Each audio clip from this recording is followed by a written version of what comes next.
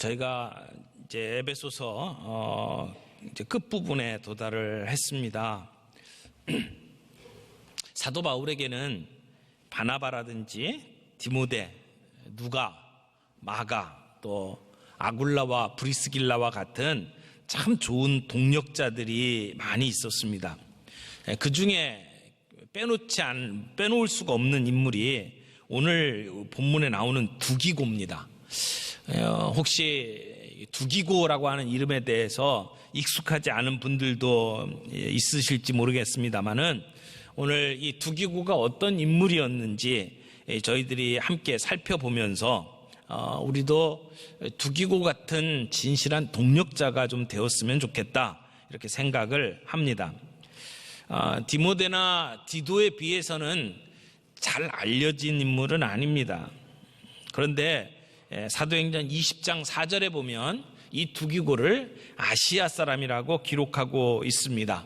그러니까 아시아라고 성경에 나오는 아시아는 소아시아를 가리키는 말이고요. 이 소아시아는 지금 우리 세계 지도를 보게 되면 터키에 해당하는 곳입니다. 아마 확실하지는 않지만 이 두기고는 에베소 사람일 것으로 추정됩니다. 그런데 사도 바울이 1차 로마 투옥이 될 때에 에베소 교회로 편지를 들고 갔었고 또 골로새 교회에도 오네시모와 함께 편지를 들고 간 그런 사람입니다. 그래서 골로새서에 보면 두기고가 내 사정을 다 너희에게 알려주리니 그는 사랑받는 형제요 신실한 일꾼이요 주 안에서 함께 종이 된 자니라 라고 두기고를 소개하고 있습니다. 그래서 오늘 이 언급된 이 두기고가 어떤 사람인지 함께 살펴보면서 우리가 은혜받는 시간을 갖기를 원합니다. 첫 번째는 두기고는 사랑받은 형제였습니다. 사랑받은 형제. 사랑을 받았다고 하는데 누구에게 사랑을 받았다는 말일까요? 아마 무엇보다도 하나님의 사랑받은 형제라고 볼 수 있습니다. 예수 그리스도를 만나고 또 하나님의 자녀가 되어서 하나님을 아버지로 모시는 그러한 영적 형제가 되었다는 말일 수 있습니다. 그래서 하나님으로부터 사랑받은 형제요 이렇게 말할 수 있겠죠. 동시에 하나님께 사랑받은 그러한 사람이라는 것과 동시에 사도 바울에게도 사랑받은 형제라는 의미로 우리는 받을 수 있습니다. 여러분, 사도 바울에게 있어서 두기고는 어떤 사람이었을까요? 사도 바울은 1차 전도여행과 3차 전도여행에 이 두기고와 함께 했던 것으로 보입니다. 또 에베소 교회와 골로새 교회에 편지를 전달했던 사람이기도 하고요. 또 빌레몬서를 받아들고 오네시모와 함께 로마로 여행을 떠났던 그러한 사람이기도 합니다. 이런 내용을 보게 되면 두기고는 사도 바울 지근거리에서 그의 일거수일투족을 지켜보며 섬겼던 사람입니다. 사역자로서의 모습뿐만 아니라 사도 바울의 가장 일상적인 모습까지도 살펴보면서 말 한마디, 눈짓 하나에도 속마음을 주고받을 수 있었던 그러한 사람이었습니다. 메시지라고 하는 성경이 있죠. 거기에 보니까 이 말씀을 이렇게 번역을 해놨습니다. 이곳에 있는 나의 좋은 벗 두기고가 내가 어떻게 지내는지 나의 신변에 어떤 일이 있는지를 여러분에게 알릴 것입니다. 그는 참으로 듬직한 주님의 일꾼입니다. 이렇게 설명을 하고 있습니다. 그러니까 두기고를 설명하면서 좋은 벗이라고 번역을 했습니다. 참 좋은 표현인 것 같아요. 우리가 누군가에게 좋은 벗이라고 하는 이름을 들으면 얼마나 기쁘겠습니까? 사랑받는 형제, 좋은 벗.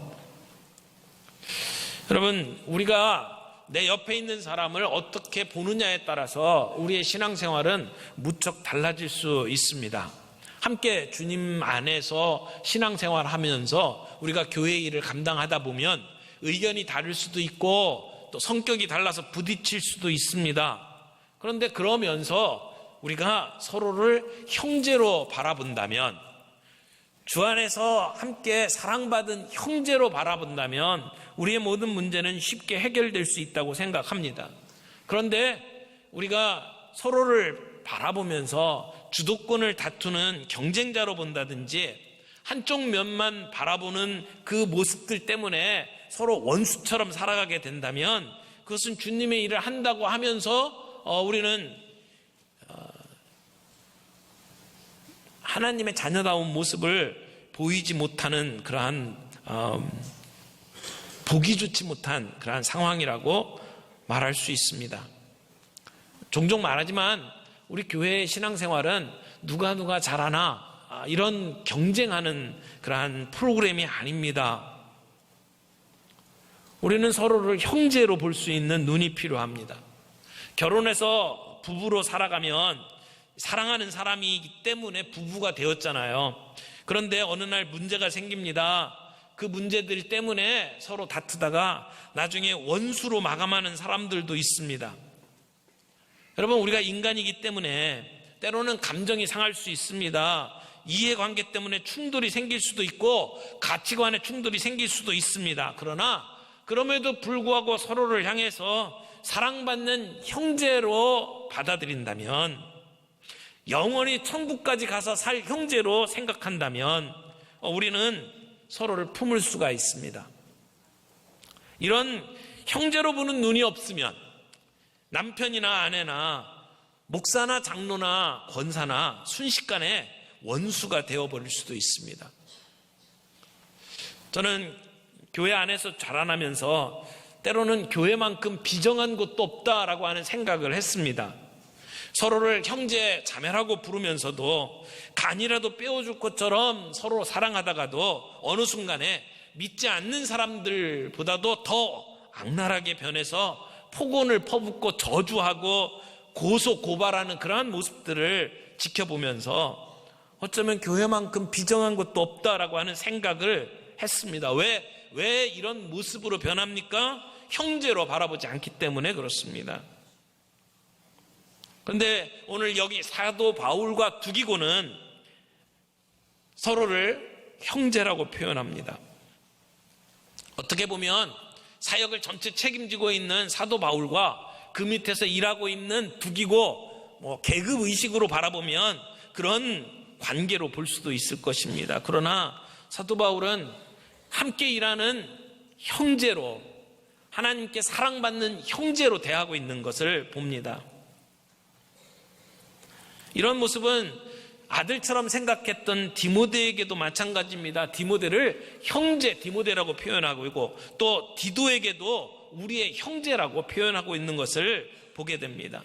사도 바울은 함께 일하는 동력자들에 대해서 형제 의식을 가지고 사역했습니다. 이런 면에 있어서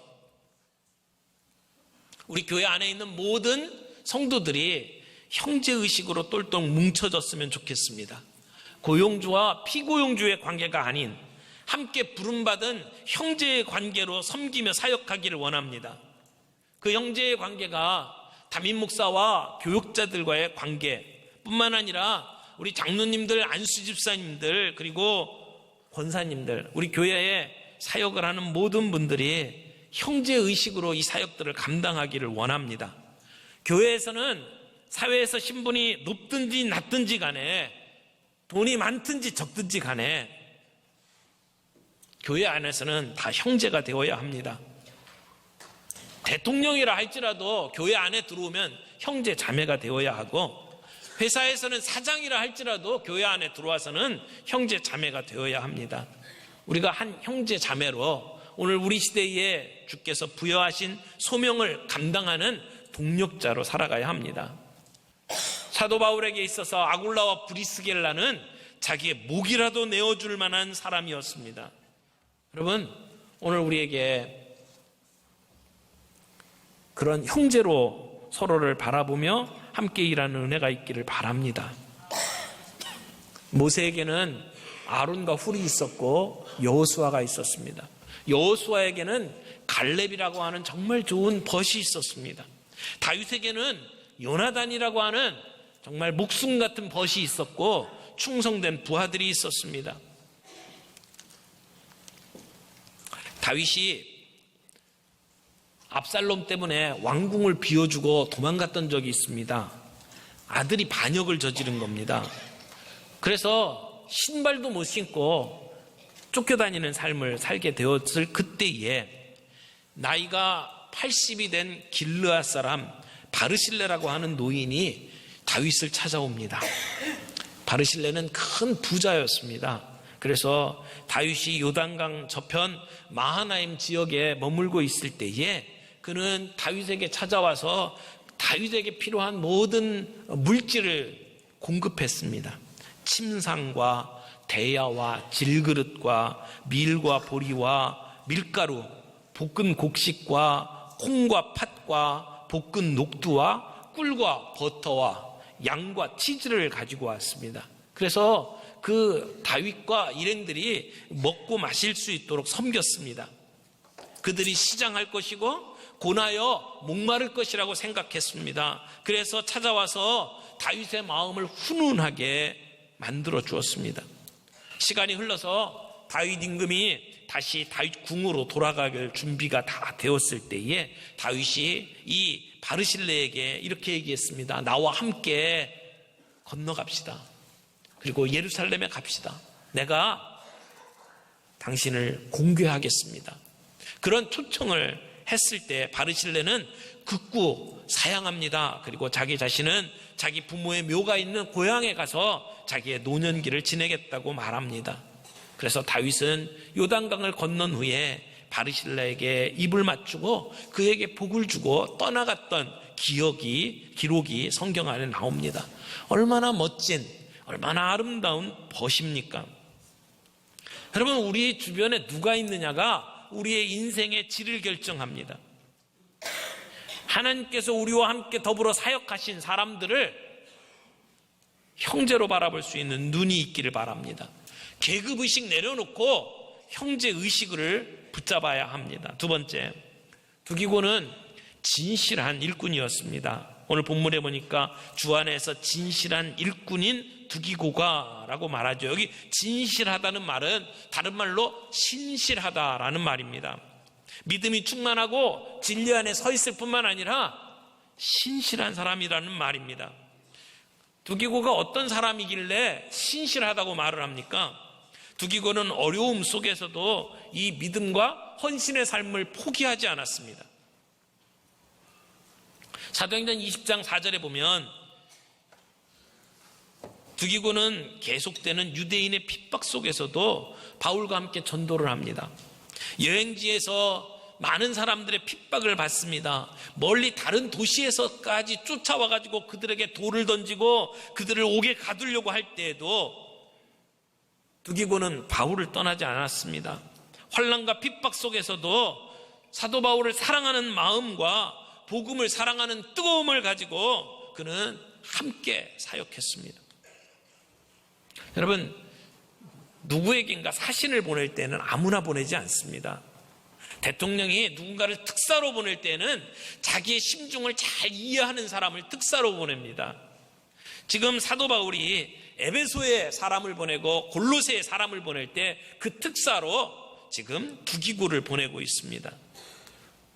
그만큼 두기고는 사도 바울의 심정을 이해할 뿐만 아니라 그는 신실한 사람이었습니다.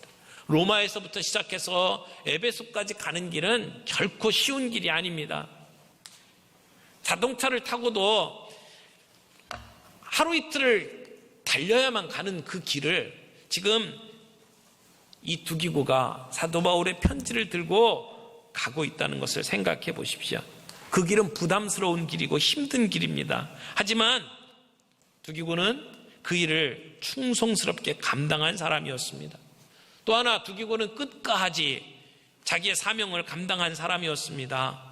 여러분, 일을 시작할 때는 거창하게 시작하는데 끝날 때는 용두사미처럼 흐지부지 끝나는 사람들 참 많이 있지 않습니까? 사람들이 볼 때는 참 열심히 일하는데 보지 않는 곳에서는 눈가림만 하면서 사람들을 기쁘게 하는 그러한 사람들도 참 많이 있잖아요. 두기고는 사도 바울이 나이가 들고 늙어서 감옥에 갇혀 있는 마지막 순간에까지 함께했던 사람입니다. 약삭 빠른 사람은 여기저기 구멍 파다가 우물을 뚫지 못한다고 말하지 않습니까? 한 우물을 파야 합니다. 물을 얻을 수 있을 때까지. 그렇게 신실한 사람, 그 사람이 두기고였습니다. 겉으로 화려하지 않아도 조용히 섬기는 사람, 상황에 따라서 요동하지 않고 신실하게 섬기는 사람, 처음과 끝이 다르지 않은 사람, 특별히 어려움이 와도 변심하지 않고 끝까지 곁에 있는 사람, 그 사람을 신실한 사람이라고 말할 수가 있습니다. 두기고는 무엇을 맡겨도 그 일을 충성스럽게 최선을 다해서 감당했던 사람입니다. 그런 충성스러운 사람들이 함께 모인 그러한 공동체, 그 공동체가 위대한 일을 감당합니다. 여러분, 무디라고 하는 설교자를 아시죠? 무디는 공부를 제대로 못한 사람입니다. 구두 수선공으로 이렇게 있던 자가 부름을 받아서 말씀을 전하는 사람이 됐잖아요. 근데 그 사람이 이 놀라운 부흥운동을 일으킬 수 있었던 것은 그의 옆에서 함께 일했던 토레이나 생키 같은 신실한 사역자들이 있었기 때문입니다. 토레이라고 하는 사람은 법률가의 아들로 태어나서 예일대학을 졸업하고 독일로 가서 신학을 공부했던 신학자입니다. 무디에게 신학적으로 필요한 모든 뒷바라지를 해줬던 사람입니다. 생키는 음악가였습니다. 그의 평생에 1200개의 곡을 작곡한 사람입니다. 그래서 무디 목사님의 신실한 동력자로 집회 때마다 참 많은 사람들에게 복음을 전할 수 있도록 만들었던 사람이 생키입니다. 이런 사람들이 함께 일했기 때문에 무디는 놀라운 부흥운동을 일으켰죠. 빌리 그레함 목사님도 마찬가지라고 생각을 합니다. 예전에 제 선배 한 분이 빌리 그레함 집회를 이렇게 참여하기 위해서 암스테르담에 갔다 와서 이런 이야기를 하더라고요. 가서 다른 어떤 것들도 참 많은 것 좋았던 것들이 있겠지만 마음속에 크게 감명받은 게 하나가 있는데, 사람들 스피커를 소개하고 사역자들을 소개할 때마다 이 사람은 나와 함께 30년 동안 회개사역을 감당했던 사역자라고, 이 사람은 나와 함께 음악사역, 찬양사역을 25년이 넘게 했던 사람이라고, 이런 소개들을 이렇게 들으면서 이 빌리 그레함 그 집회가 그냥 이루어지는 게 아니구나, 함께 30년, 40년 동력했던 사람들 때문에 이렇게 놀라운 일들을 감당하고 있구나라고 하는 간증을 들은 적이 있습니다. 대학교 다닐 때였는데 제 마음속에도 그런 기도의 제목이 그때 생겼습니다. 하나님, 일을 하되 정말 함께 평생을 걸고 사역할 수 있는 좋은 사람들 만나게 해 주옵소서. 주님, 정말 믿을 수 있는 지도자 만나서 내 일생을 걸고 아깝지 아니하는 삶을 살 수 있도록 주님 도와주시옵소서. 그렇게 기도했던 기억이 있습니다. 그 기도의 제목대로 하나님께서 좋은 지도자 만나게 하셨고 함께 33년 동안 후회 없이 일할 수 있는 그런 복을 누릴 수 있었다고 생각을 합니다. 저는 여러분에게도 그런 은혜가 있기를 바랍니다. 여러분의 삶 속에 여러분의 생애를 투자해도 전혀 아깝지 아니할 좋은 벗들이 있기를 바라고, 정말 신실한 동력자로 말미암아 우리 시대에 맡겨주신 주의 사역을 감당할 수 있는 저와 여러분들이 되기를 바랍니다.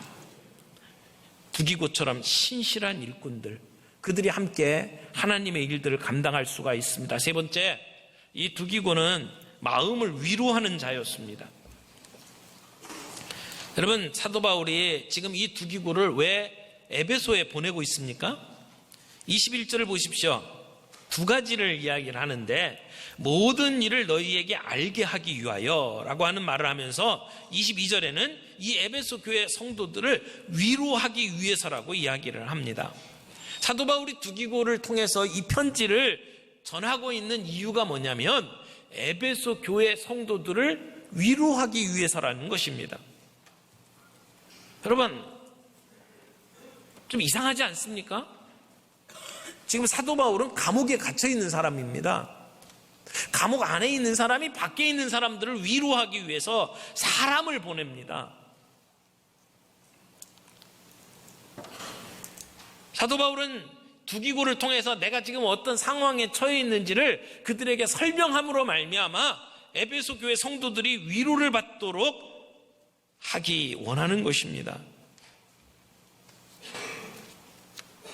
감옥에 갇혀 있으면 불편한 게 많습니다. 겨울에 추운 때에 몸을 따뜻하게 할 것도 필요합니다. 아니, 이 감옥을 나가게 할 수 있는 다양한 방법들을 찾게 될 것입니다. 두기고를 에베소에 보내는 이유가 나를 이 감옥에서 빼달라고 황제에게 탄원해달라는 부탁도 아니고 내가 감옥에 필요한 물건들을 대달라고 부탁하는 것도 아닙니다. 감옥에 있으면서도 밖에 있는 사람들이 나로 인해서 상처 입을까봐, 그들이 나 때문에 기죽을까봐, 그들이 하나님의 일을 한다고 하는 바울이 저렇게 된 모습 때문에 그들이 힘들어할까봐 그들을 위로하기 위해서 자기의 신실한 형제를 에베소로 보내고 있는 이 사도 바울의 모습은 너무나도 아름답습니다. 자신이 어떻게 하나님의 은혜 가운데 이 감옥에서 지내고 있는지를 그들에게 알리면 그 소식이 이 에베소 교회 성도들을 위로하게 될 것이라고 믿고 지금 이 두기고를 보내고 있는 겁니다. 여러분, 죽음의 문턱에 지금 다가온 사람이 다른 사람들을 위로하고 있는 모습을 우리는 눈여겨볼 필요가 있습니다. 우리가 성도로 살아간다고 하는 것은 다른 사람을 위로하도록 부름받은 것을 의미합니다.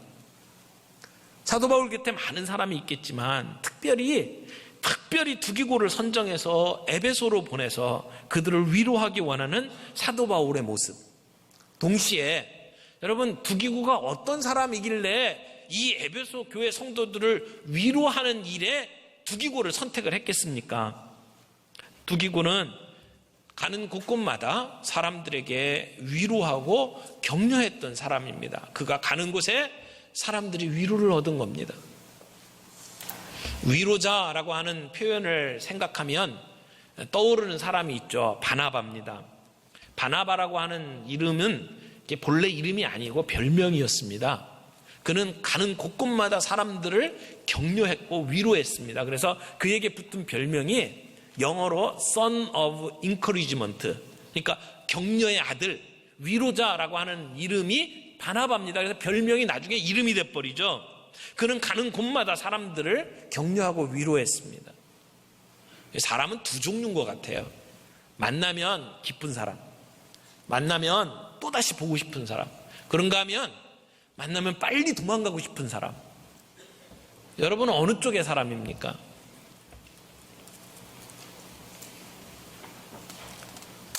우리가 우리 주변에 있는 사람들과 더불어 만나면 정말 기쁘고 그 사람 때문에 위로를 얻고 그 사람 때문에 힘을 얻는 관계가 되기를 바랍니다. 성령 안에 살아가는 믿음의 사람의 특징이 바로 만나는 사람들을 위로하는 사람입니다. 가난한 사람, 병약한 사람, 외로운 사람, 시류에 빠져 있는 사람, 믿음으로 살아가기를 원하지만 쉽게 자라나지 못하는 그런 사람들에게 위로해 주는 사람. 그래서 하나님은 이사야를 통해서 이렇게 말씀합니다. 너희 하나님이 이르시되 너희는 위로하라, 내 백성을 위로하라. 사도 바울도 우리가 받는 위로로서 내 주변에 있는 환난 중에 있는 사람들을 위로하라고 우리는 부름받았다고 가르칩니다. 우리도 우리 주변에 있는 사람들에게 그런 위로를 전해주는 사람이 되기를 바랍니다. 교회에 오면 세상에서 손가락질 받던 사람도 힘을 얻고 위로받고 다시 일어날 수 있는 그런 분위기가 좀 되었으면 좋겠습니다. 빌리 그레이엄 목사님이 이런 얘기를 했어요. 하나님께서 단지 우리를 위로하시기 위해서 우리를 위로하시는 것이 아니라 우리로 하여금 위로자가 되게 하기 위해서 우리를 위로하신다. 단지 우리를 위로하는 것으로 끝나는 게 아니고 우리가 다른 사람들을 위로하는 사람으로 하기 위해서, 만들기 위해서 우리를 위로하신다는 겁니다. 어려운 사람, 가난한 사람, 병든 사람, 고통 속에 있는 사람, 정말 삶의 힘든 고통 속에 지내는 우리의 형제 자매들, 탈북해서 이 땅에 정착하기 위해서 정말 애쓰는 사람들, 그 지친 나그네에게 생수와 같은 역할을 하는 저와 여러분들이 되었으면 좋겠습니다.